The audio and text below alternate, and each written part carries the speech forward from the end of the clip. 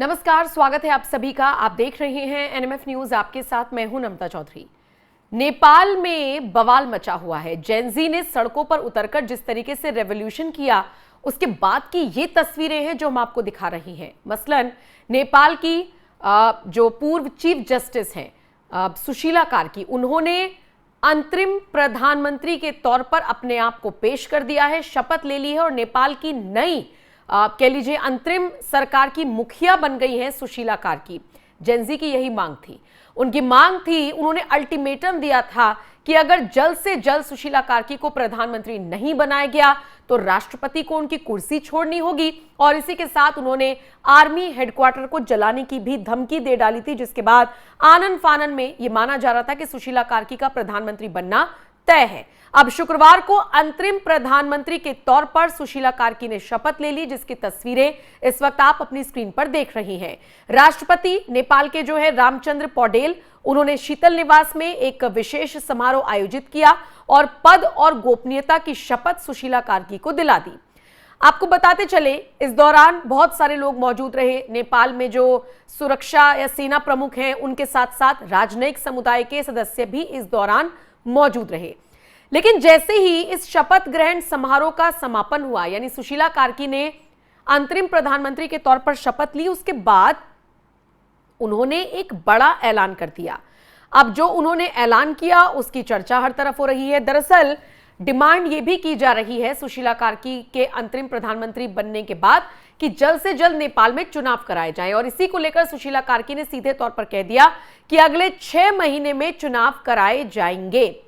नेपाल की अंतरिम सरकार की मुखिया बनने के बाद सुशीला कार्की का यह पहला बड़ा स्टेटमेंट है, जिसमें उन्होंने वादा किया है कि अगले 6 महीने में वो चुनाव कराएंगी। यानी कि बांग्लादेश वाला हाल वो नहीं करेंगी, जो मोहम्मद यूनुस है उस जैसा वो हाल नहीं करेंगी। अगले 6 महीने में वो चुनाव कराएंगी। जनता के बीच में जनता को अपना नेता चुनना होगा और ये मौका उन सभी को दिया जाएगा। और कहा यह जा रहा है कि ये जो पूरा रेवोल्यूशन हुआ नेपाल में, जिस तरीके से सड़कों पर उतरकर प्रदर्शन किया गया, ये महज सोशल मीडिया बैन हुआ है इसकी वजह से नहीं था, बल्कि लोग परेशान थे, युवा परेशान थे बेरोजगारी से, भ्रष्टाचार से, अपनी बात वो नहीं रख पा रहे थे और इन सारी चीजों से वो इतना भर चुके थे कि गुब्बार फूटा और उसका नतीजा हम सबके सामने है। आइए अब आपको दिखाते हैं कि सुशीला कार्की ने किस तरीके से शपथ ली, कैसे राष्ट्रपति ने उन्हें शपथ दिलाई। देखिए वो तस्वीरें।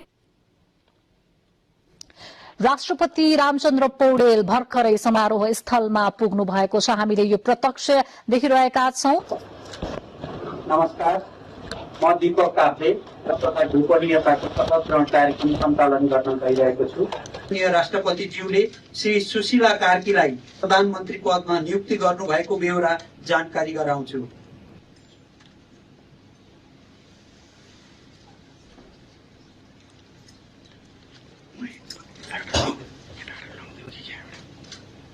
म सुशीला कार्की नेपालको सार्वभौम सत्ता र राजकीय सत्ता, नेपालको सार्वभौम सत्ता र राजकीय सत्ता, नेपाली जनतामा निहित रहेको, नेपाली जनतामा निहित रहेको, नेपालको संविधानप्रति पूर्ण वफादार रही, सत्यनिष्ठापूर्वक प्रतिज्ञा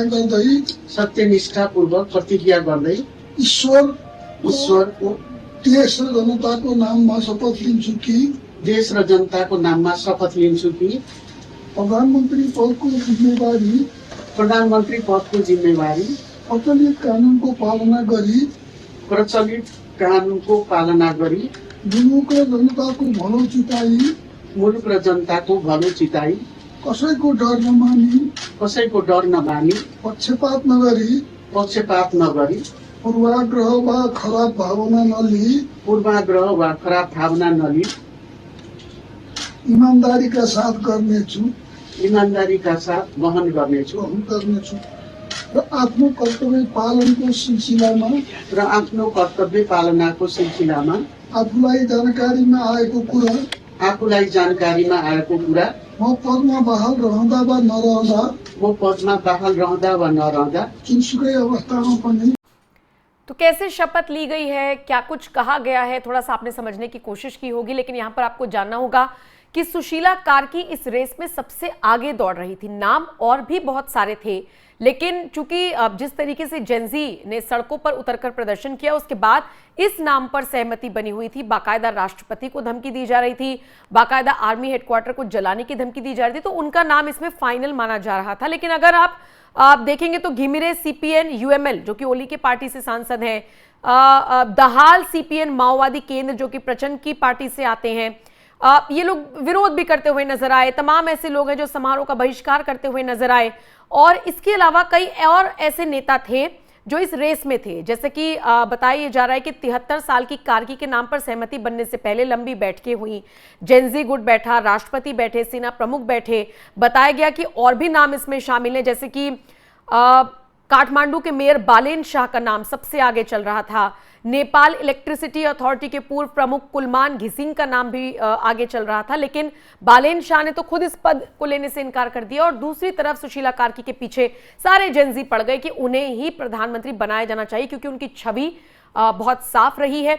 हालांकि उनके पति को लेकर तमाम तरह के आरोप लगते रहे हैं, लेकिन उनकी छवि साफ रही है।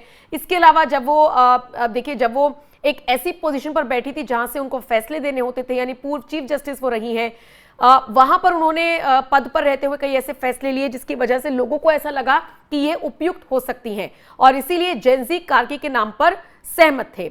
और आपको अब ये भी बता दें कि जेनजी प्रतिनिधियों को सरकार में शामिल किया जा सकता है, इसको लेकर अब विचार विमर्श चल रहा है, ताकि जेनजी की बात सुनने वाला कोई जेनजी नेता इस सरकार में शामिल किया जाए। इस तरह की बातें चल रही हैं। बाकी जेनजी प्रदर्शनकारियों की कुछ अलग शर्तें हैं, वो एक एक करके उनकी शर्तें जो उन्होंने मांगी है वो मानी भी जा रही हैं। लेकिन इन सबके बीच नेपाल की अंतरिम प्रधानमंत्री बनते ही सुशीला कार्की का ये बड़ा ऐलान हुआ है, जिसमें उन्होंने कहा है कि 6 महीने के अंदर अंदर हम चुनाव करा लेंगे।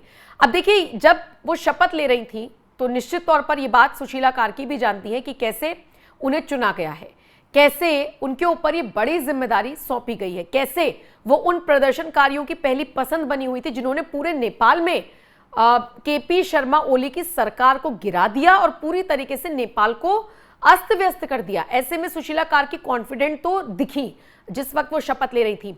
आपको जानकर ताज्जुब होगा कि राष्ट्रपति ने उनके सामने एक प्रस्ताव रखा, कहा कि जाइए, अब आप नेपाल को बचाइए, आप पूरे देश को बचाइए और सफल रहिए।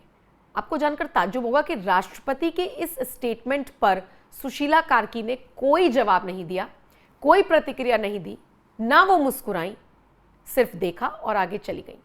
अब देखने वाली बात ये होगी कि सत्ता तो हासिल कर ली है सुशीला कार्की ने, लेकिन वो नेपाल को संभालती कैसे हैं, प्रदर्शनकारियों पर वो कैसे रोक लगाती हैं, कैसे उनकी मांगों को मानती हैं, क्या उनकी मांगे हैं। अब ये सारी चीजें देखने वाली बात होगी। लेकिन फिलहाल नेपाल की पीएम बनते ही सुशीला कार्की ने जो 6 महीने में चुनाव कराने का वादा किया है, देखने वाली बात होगी इस पर भी वो खरी उतरती हैं या नहीं। फिलहाल इस खबर में इतना ही।